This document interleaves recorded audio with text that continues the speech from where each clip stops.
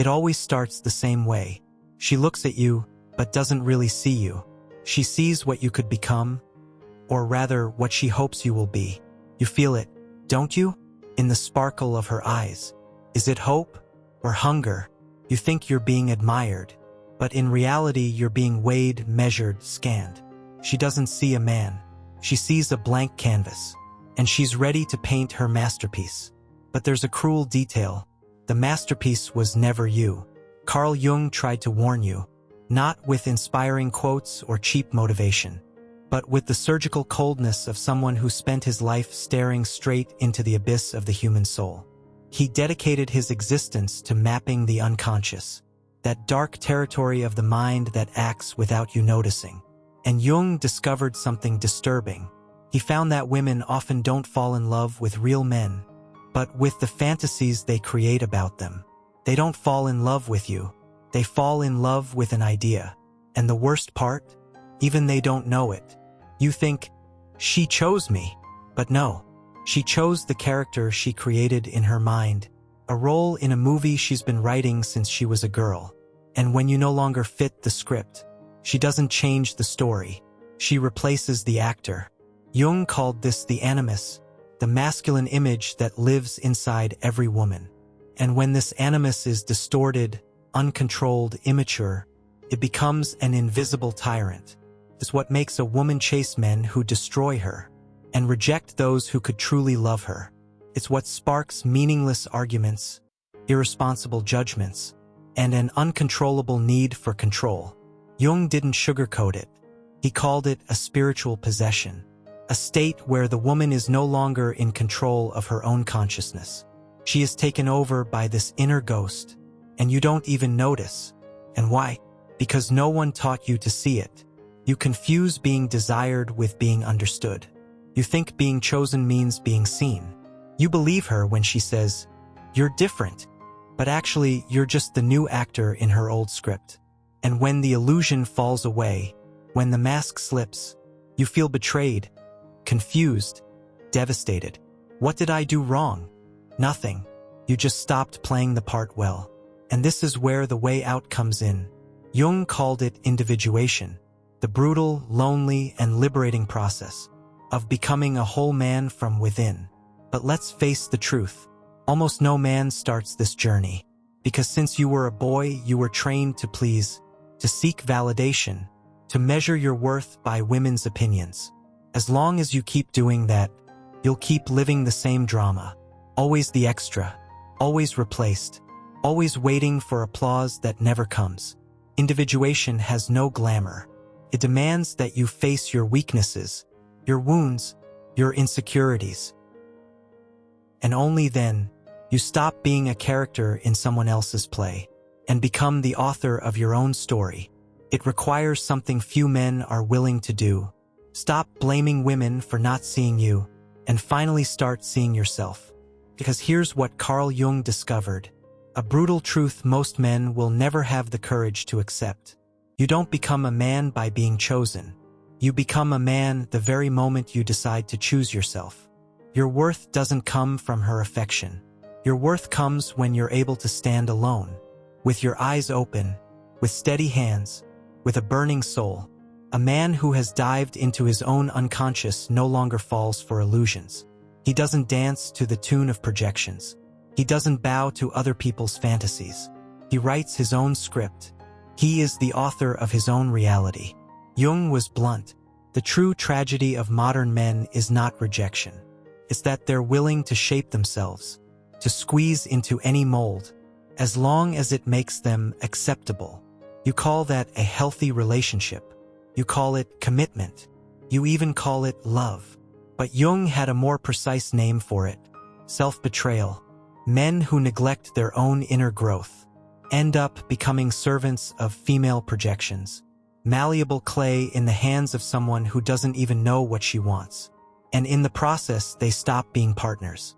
They become masks, smiling masks, obedient masks, masks that say yes to everything, masks that forget their own faces. And women, they notice, much more than you think. They notice when you stop being a man and become a puppet. All those things you learned to do to win her heart, always being available, predictable, too nice, are exactly what makes her desire die slowly. You know why? Because the female instinct, Jung taught, does not seek comfort. It seeks mystery. It seeks risk.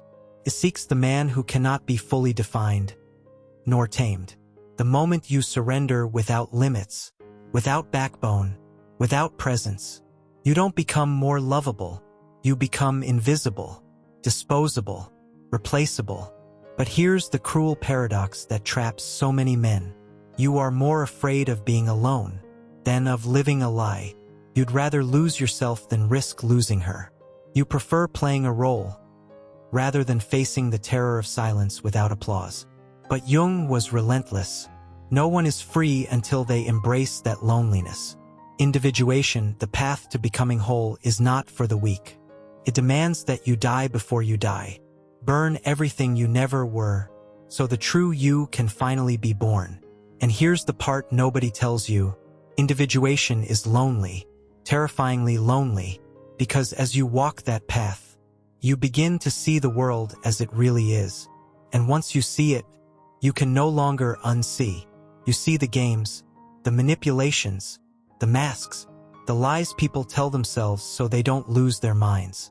And when you try to share what you discovered, they attack you, say you're cold, call you arrogant, say you think too highly of yourself, that you're the problem. But you're not the problem. You're the mirror. And people hate mirrors that show them what they don't want to see. Jung knew this better than anyone. He spent decades looking into the eyes of terrified people, not from real monsters, but from the shadow living inside them. That part of the soul they buried so deep, they forgot it was still alive. And you? Will you keep being just another actor in this theater? Or will you face the empty stage and write your own play? And the women, Jung warned, many are shaped by cultures that reward them for avoiding confrontation with their own shadow. They are taught they are born whole, emotional, intuitive, pure. But Jung didn't buy that golden myth. He said the greatest danger to the female psyche was the unconscious animus, that inner masculine voice that sounds like truth, but overflows with false authority, false certainty, false moral superiority. A woman who doesn't face this inner masculine force doesn't master it. She becomes its slave. And worse, she starts projecting this internal battle onto every man she meets. Guess who she chooses to fight the war she herself avoids? You who thinks you're going to save her. You who believes you'll be the exception. That if you just love enough, prove your worth, be everything she needs, she will finally see you, choose you. But this is the projection trap. She doesn't see you. She sees her fantasy about you. And Jung was clear. Projection is a thief. It steals reality, buries truth, and plants illusions instead. Until men and women wake up from this collective trance, they'll repeat the same tragic play, scene after scene, both blaming each other, unaware they're dancing with shadows. And here's the twist no one wants to face. That woman who once saw you as a hero, one day will look at you like the villain, not because you changed, but because you failed to keep alive the fantasy she projected onto you. And worse, she doesn't even know she's doing it. Jung called this inevitable psychological betrayal, when no one takes responsibility for their own inner world. You didn't lie to her. You didn't betray her. You simply weren't the invisible character she expected you to be. And that's why she feels anger, not for what you did, but for what you failed to be, a silent myth she never dared to voice. Jung said, people will do anything, no matter how absurd, to avoid facing their own souls. And there is no bigger stage for this escape than romantic relationships. Men and women don't enter them as whole, conscious, awake beings. They enter as walking projections, dragging traumas, emptiness, unresolved fears, all dumped into the arms of someone they barely know. You call it love. Jung called it psychic possession. And there you are, once again, hypnotized, believing this time will be different. But it never is. Because you still haven't had the courage to ask the most brutal question a man can ask himself. What if the problem is me? You want to blame women. You want to call them manipulative, cold, contradictory. But Jung would look you deep in the eyes and ask, "And why did you let yourself be chosen by her?" Look, the man who refuses to confront his own feminine inner world is doomed to be a prisoner of her inner world. You are not a victim. You are an accomplice. You volunteered for the role. You agreed to be a background actor in her psychological drama because facing your own emptiness was far too frightening. And this is where many stop listening, because this is where the truth begins to hurt. This is where comfort dies and responsibility is born. Jung did not offer shortcuts. He didn't hand out easy formulas. He didn't promise secrets to become the alpha male. What he offered was the brutal, transformative mission of self-confrontation. Sit alone in the merciless silence of your own mind until illusions start to crack, until that voice shouting "you're nothing without her" begins to weaken. But that voice, it will fight. It will beg you to run back. It will say you need her, that you are only someone if loved by her. It will scream that no man lives without female validation. But Jung's whisper, his whisper said something else. The man who can stand alone, without needing to be needed, without needing to be loved, is the man finally free. Free from illusion, free from role, free from the tyranny of living as a character created by someone else's neediness. And when you get there, you don't become cold. You become real, rooted, whole, alive in your own skin. And it is precisely there, in that surprising paradox, that women will truly feel attracted to you. Not because you depend on them, but exactly because you don't. And you will smile, not out of coldness or insensitivity, but because you finally understood something fundamental. You understood that she is also on a journey, that she needs to confront her own animus, that she needs to wake up from her own illusions, and you cannot do that work for her. There is no saving someone from herself. What you can do, and only that, is what Jung did. Follow your path with such intense courage that you become a living mirror, reflecting the truth to all who have the courage to look. Most will look away, but a very few rare ones will thank you. And there it is, my friend, the real difference between being loved for the role you pretend to play and being respected for the man you truly became. When that moment comes, when you finally drop the mask, you will notice something strange happening. People will feel uncomfortable around you. They will feel it even if they can't explain why. The weight of your presence will bother them, because you no longer fit the predictable molds they used to feel safe. Jung warned, the man who truly becomes himself, fully individuated, is not welcome in society. He is feared, misunderstood, labeled arrogant or distant. But the deeper truth is even more dangerous. You have become untouchable, unsellable, unmanipulable, because you have seen the whole game. And here is the cruelest irony. The very people who once begged for your attention, for your approval, for your validation, will start to hate you, simply because you no longer need them, especially the women trapped in the fantasy of the perfect man. They will call you emotionally unavailable, cold, calculating, distant. But what they're really saying is, I can't control you anymore. You left the stage, stopped following their script. And without that script, they are lost, because you stopped being a character and started being a man. Jung used to joke that the gods became diseases, what ancient cultures called divine possession, modern psychology calls neurosis. And don't be mistaken, the men who live seeking validation are the most spiritually sick of all. You think you're being romantic when you say, I'd do anything for her, or she means everything to me. But Jung would shake his head and say that what you call love is actually a refusal to carry your own soul. It's easier to project it onto a woman, to make her the bearer of your hope, your meaning, your purpose, because if she carries it, you don't have to. But here's the brutal twist. When she realizes she wasn't made to carry your soul, she will let it fall. And she must let it fall, because no woman, no matter how loving, can sustain the weight of a man who refuses to sustain himself. And when she lets it fall, you will feel betrayed. But you shouldn't. You should thank her, Because the moment the illusion collapses, you finally face the truth. The work of becoming a man was never her responsibility. It was always yours. And in that raw moment of clarity, you have two options. You can blame her. You can become bitter. You can join the angry chorus of men who point fingers at women, mock them, resent them, swear to avoid them, like cowards who never dared to face their own emptiness. Or you can do what Jung would demand of you, turn inward, begin the lonely, terrifying, but liberating work of individuation, becoming whole without depending on anyone else to complete you. The truth is brutal and freeing.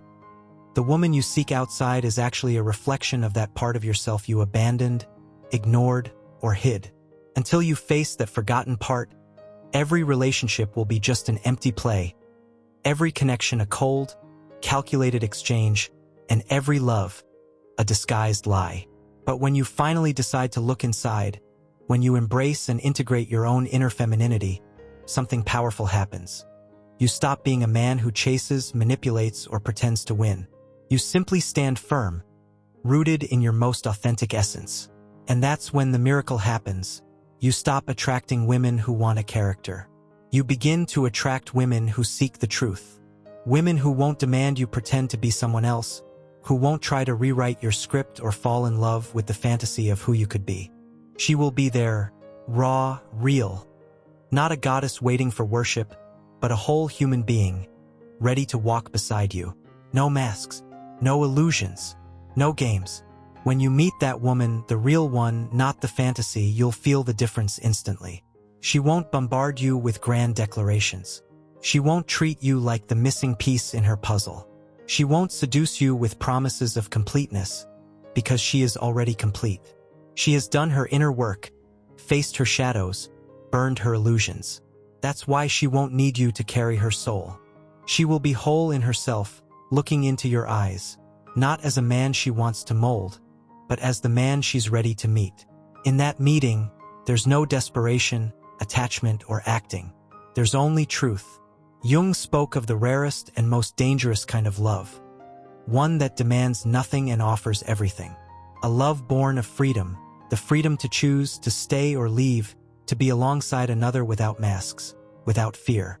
But beware, most will never experience this love. Most will give up before they get there, settling for fantasies, performances, and the illusion of being someone they're not. Because facing who you really are, truly are, seems unbearably hard. But if you have that brutal courage that rips open your chest, that keeps you standing even when alone, that makes you peel off every false layer built to win approval, then one day you will find yourself face to face with something terrifyingly beautiful, yourself. And when that happens, women will stop being the foundation of your identity, the mirror where you seek to recognize yourself as a man. They will become something totally different. Partners, not trophies. Mirrors, not mothers. Allies, not saviors. And you will love them not out of need but by choice. From a place of strength, wholeness, from someone who knows, without apology, exactly who he is. Carl Jung didn't leave a map. He left a warning. Every man who runs from himself ends up a slave to others' projections, especially women's. But he also left a challenge: to walk the path of individuation, to stop blaming women for the roles you agreed to play, to stop seeking completeness in another's eyes, to stop waiting to be chosen.